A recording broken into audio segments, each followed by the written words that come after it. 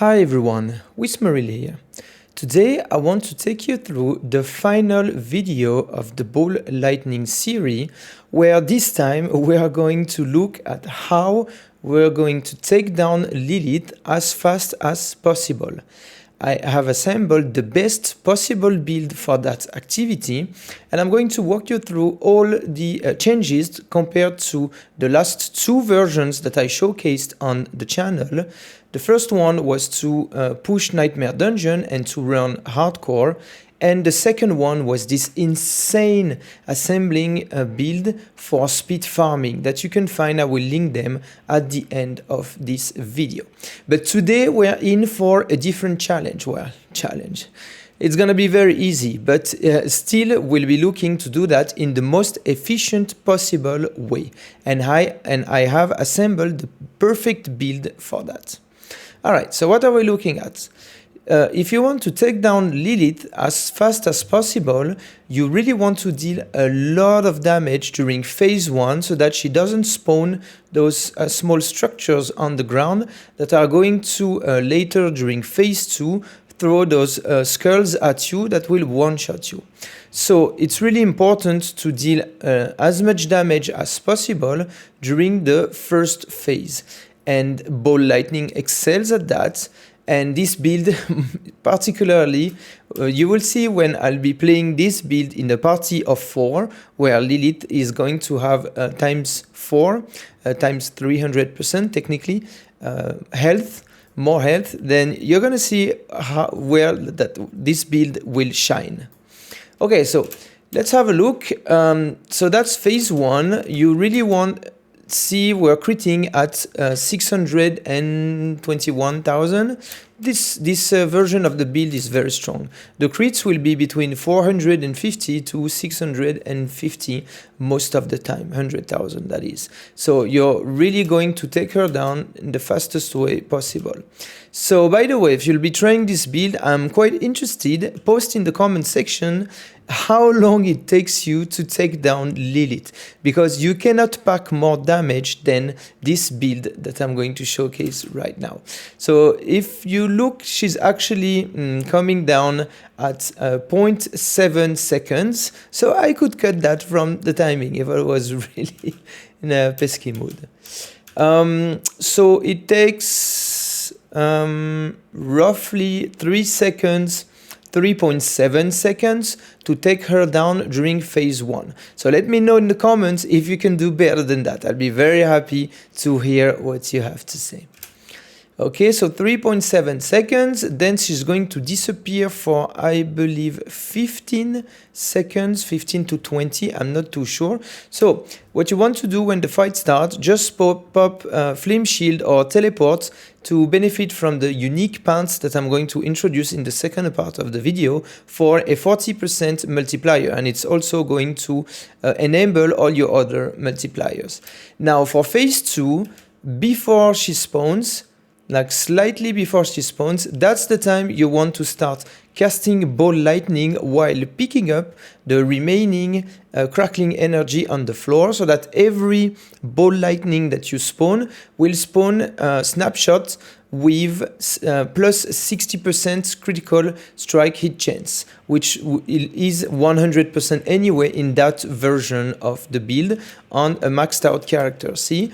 1, 2, Ball Lightning, then collect crackling energy, then 1 more, and so on and so forth. So that when she appears, you already have as many Ball Lightning waiting for her. Let's see phase 2. So it starts now at 25:40. Let's see. How long is it going to take? And that's about it. So that's, how much was that? 25:30? So that's around 3 seconds, if I'm not mistaken.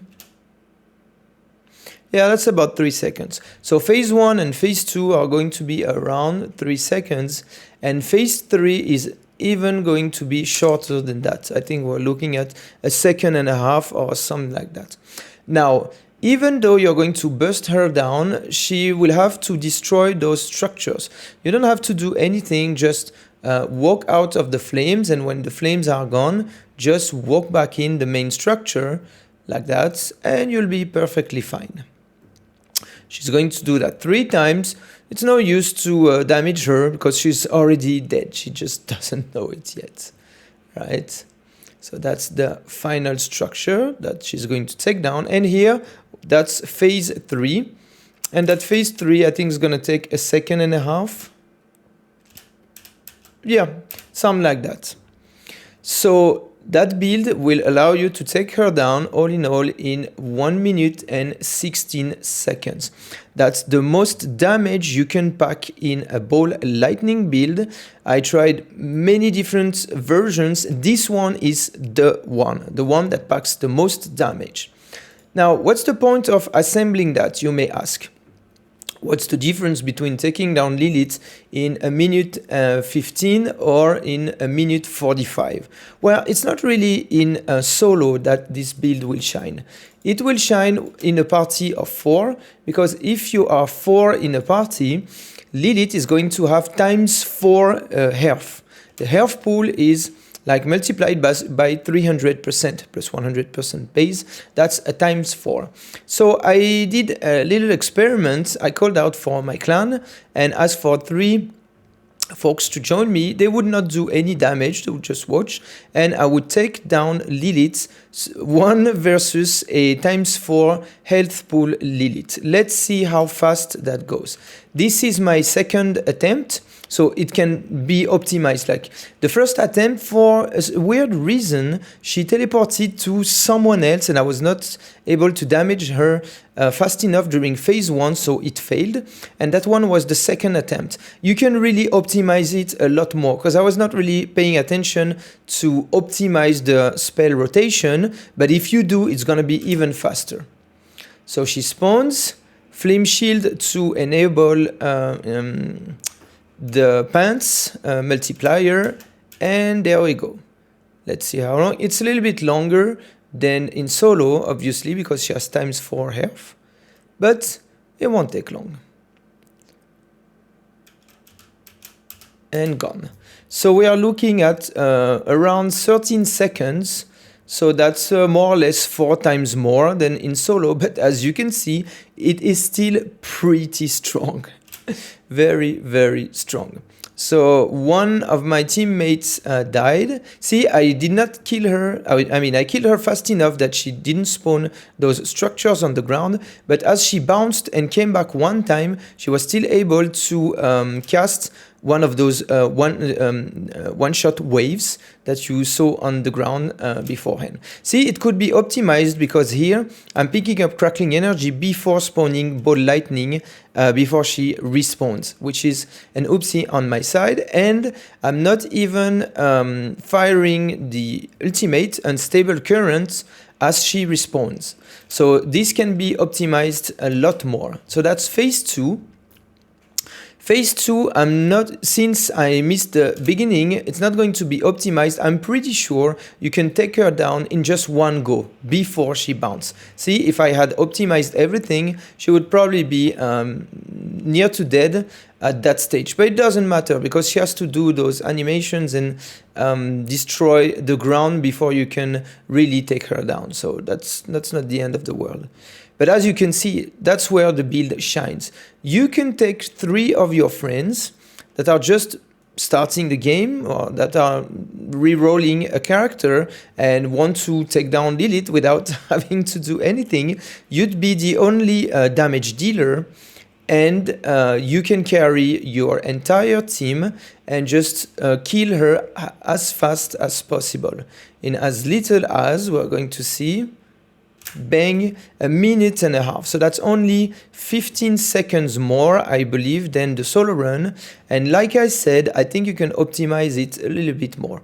Maybe you can reach the same timing from solo to a party of 4. This is how strong that version, my version of the build that I have assembled, this is how strong it is, okay? And by the way, I never killed Lilith in the group and I got the achievement for that. That's pretty cool. So that's the gameplay. Now let me walk you through all the details that are very important to pack a punch, to hit like a truck, and to take down Lilith as fast as possible. Right, let's look at the gear, vampiric powers, paragon boards, and skill tree. If I had to summarize this build in one word, that word would be multipliers. Multipliers everywhere. So, you need a few uniques to get this build going. You need 3 of them because they are best in slot. You want the Godslayer crown, because this one is a 60% damage multiplier for 3 seconds when you start damaging a boss. It has an internal cooldown of 12 seconds. It's going to be up multiple times in the times where it matters during Lilith fights. During phase 1, phase 2 and phase 3, you're going to benefit from that. In solo, this is up all the time. If you're carrying a party of 4, this is up the vast majority of the time when you're damaging Lilith. The second one you want is Tybalt's Will, because it's a 40% multiplier when you're unstoppable in 4 seconds after that. When you teleport, it's gonna be up for 4 seconds. When you hit Flame Shield, it's gonna be up for 6.1 seconds. So here again, it's going to be up all the time when you're damaging Lilith. Phase 1, Phase 2 and Phase 3. The next one is not really a multiplier, it's best in slot because here normally you can only have defensive or utility legendary powers, and that one we don't run it necessarily for the teleport, stunning and grouping. We're running it because of the affixes it has. It has +2 ranks to the glass cannon passive, so it scales a multiplier. That's the reason why it's best in slot.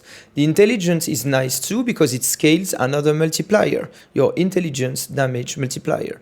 And the other 2 affixes are just additive bonuses that are like saturated anyway by the Paragon, but it's still nice to have. So this one is best in slot and chest.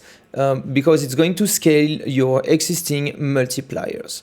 Next, the boots. The boots, we can only have mobility and utility legendary powers. Guess what? There is one utility legendary power that is a multiplier. The Exploiter is a 40% damage multiplier against unstoppable enemies. Guess what? Bosses, Lilith, Duriel, Gregoire, any of those bosses you want to farm over and over again are unstoppable unless you stagger them. We are not looking to stagger them, so this is a straight up 40% damage multiplier. Like I said, damage multipliers everywhere. The mandatory multiplier we have is the gravitational. Of course, it makes ball lightning orbits around you, but it also gives you a 25% damage multiplier. Next, we have... which one am I going to start with? Maybe that one. Next, we have the Storm Swell multiplier, 30%, up to 30%. Against vulnerable enemies while you have a barrier. Barrier, you're going to have that. Vulnerable, we are going to see how we make Lilith vulnerable in a second. Then we have the Considering, 25% damage multiplier while we have a barrier active. Now, the next 2 are need to be enabled. We are running the Edge Master for a 20% damage multiplier when we are at full mana. And the second one is the Elementalist on the Amulet for a plus 60% increased critical strike chance for every mastery, for every ball lightning spell that we cast while we are above 100 mana. Those 2 need to be enabled because this one is a 1.5 multiplier, 50% multiplier when you crit, and that one is a 1.2, but you need to be full mana. How do we manage to be full mana? I tried many different things. The best possible way to be at full mana is by running the Chain Lightning enchantment and by having an enabler, a legendary enabler, which is the recharging one with a value. I think it's best to run the 3 mana value instead of the 1.5 from the codex. You'll be a lot more successful with a maxed out one if you do happen to have one. So each time Chain Lightning bounces, you gain 3 mana per bounce. And every time you spend 100 mana, which is 3 casts exactly of Ball Lightning, when you cast Ball Lightning 3 times, a Chain Lightning will be cast for free on the enemy. It's not going to do any damage, it's going to be very subpar damage, but it's going to generate 5 bounce of 3, that's 15 mana, and that 15 mana is going to be multiplied by your mana generation, which in that build is 1.3. So if we just have a quick look, 15 times 1.3, so that's 20 mana per cast. Like every 3 casts of Ball Lightning, you're generating 20 mana, which is a way to decrease, to sustain on the mana front. I will put that shortly. So those are all the multipliers that you want to have in your equipment. Let's have a look at vampiric powers. So for the vampiric powers, the best way to make Lilith vulnerable is by running the Accursed Touch. This one is a lot better than Metamorphosis because you don't have to worry about anything, just hit her. The attack frequency of Ball Lightning is so high that she's going to be not vulnerable, but a Vampiric Curse is going to be applied to her in no time. This in combination with Prey on the Weak makes her vulnerable, so that's another 1.2 multiplier, and this Vampiric power itself adds a 1.16 multiplier to your damage. Of course, we're running the most busted Vampiric power, which is Ravenous. The attack speed is not going to scale all the way to 80% in this build.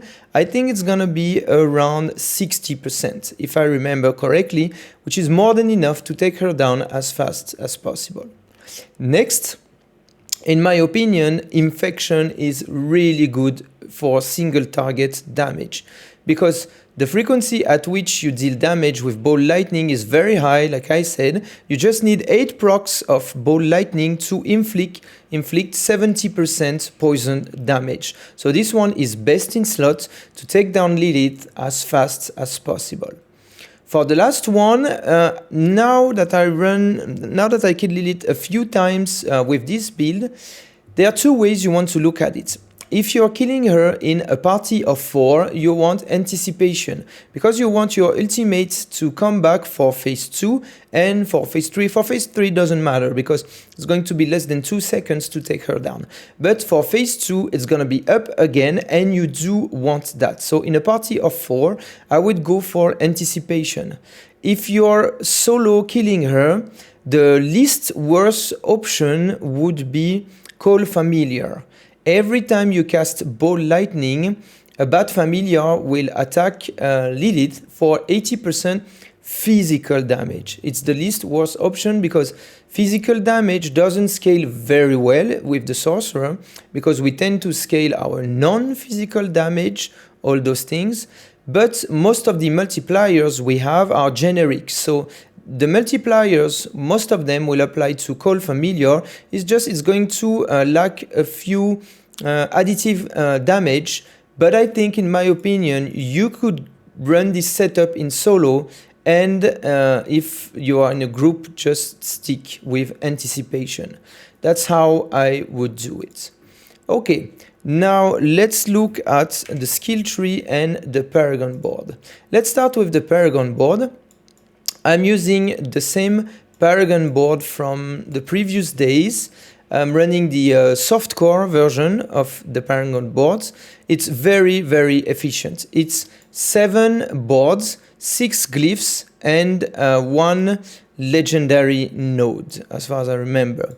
Let's just quickly go over it. Let's start from the top, actually. So this multiplier here, Frigid Fate, is very interesting.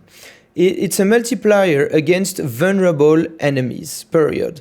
But it scales with cold damage. And like I said, we're going to scale our non-physical damage. And non-physical damage applies to lightning, so that's what we're doing with Ball Lightning, and it will also scale this multiplier for a 26% damage multiplier. How do we scale non-physical damage? Well, we don't have to try very hard because it's already best in slot in a few spots. The starter board has some non-physical damage the best glyph, the best in-slot glyph for the starter board is the Enchanter that scales with intelligence. That board is the second best intelligence board with 70. So that's one way we do it. Only that glyph will not provide, only two glyphs will not provide a multiplier. That one and another one, all the other ones will multiply your damage. Second board is Ceaseless Conduit. That's a 49 dexterity board. That's one of the top two best boards for dexterity. No surprise we're putting Destruction. That's the one that scales best in terms of additive damage.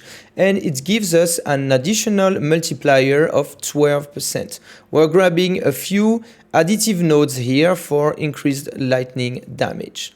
The next board is Burning Instinct. That's the second 49 dexterity board. So we're putting our second best glyph, which is Territorial. Territorial and Flame Feeder may look similar because they scale by 9.9% per 5 dexterity, except that Flame Feeder, for the additive damage part to proc, you need to set the target ablaze, while this one will start right away when you're in melee range. So in my book, this one is slightly superior. So that's why we want this one in the second 49 dexterity board. This one is just giving us damage reduction, so that's the second glyph that's not giving us a multiplier. Doesn't matter that much. We're running additive damage in the form of damage to burning enemies and damage to elites. That's the only nodes we're interested in grabbing from the Burning Instinct board. Next up, we have two boards at 39 dexterity. So number 3 and 4 in terms of dexterity efficiency. We're going to use the Exploit and Flame Feeder glyphs there. Flame Feeder gives us a 10% damage multiplier and Exploit another 10% damage multiplier. This one's better at 9.9, but anyway, both have 39 dexterity, while this one is 7.9. That board over here is the Enchantment Master. This one is very important because we're looking to grab the rare and magic nodes that are going to further scale our non-physical damage. By running those and the starter board, this is how we scale our multiplier over here to 26% without having a single cold damage increase anywhere. So that's why this setup is the most efficient setup in my opinion.